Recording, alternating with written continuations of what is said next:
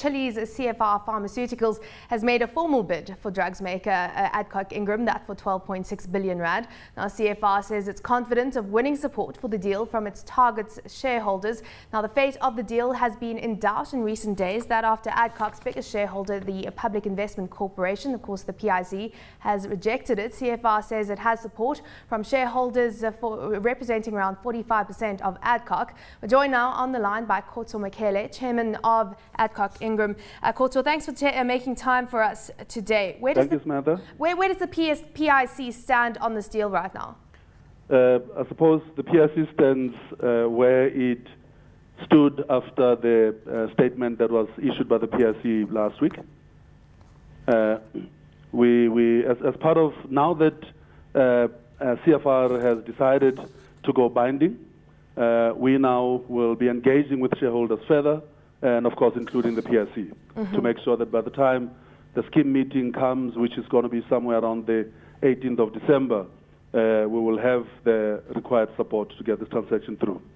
Now, just looking at what has been speculated, many say that it could be the fact that they're not, of course, a South African entity. Is that the issue for the PIC?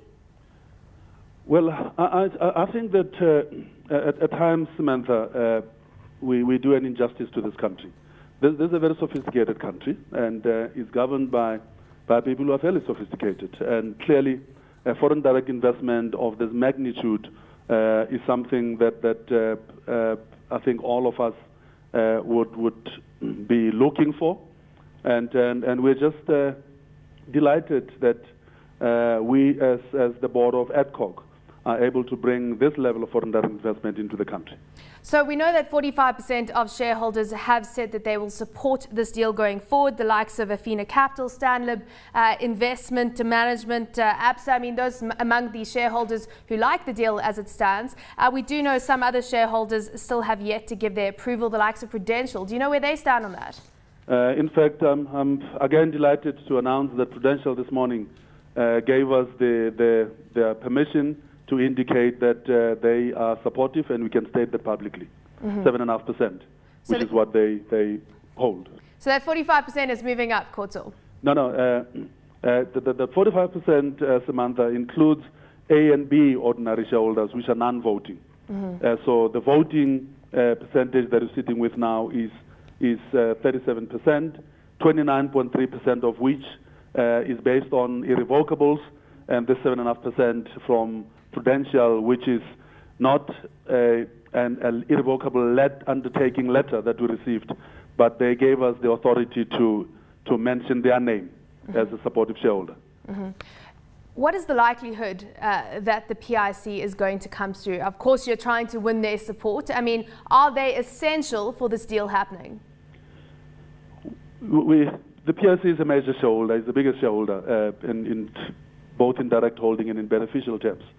And certainly, we as the independent board would want to see the PIC on board, and we're going to be working very hard with the PIC to make sure that we can find each other, and that the PIC in the end will be supportive of this transaction, which is really a good transaction for the company and for the country. So essentially, I mean, this is a firm offer coming through from CFR. There have been other bidders prior to this firm offer coming through.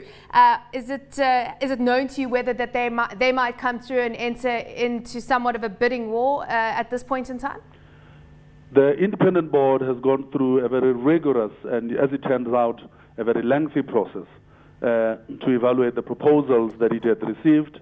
And in the end, it is the unanimous view of the independent board that both from the point of view of the offer price, of the strategic rationale and the ability to execute, that this is the one that the independent board, after evaluating other proposals, has decided that it wishes to recommend to shareholders.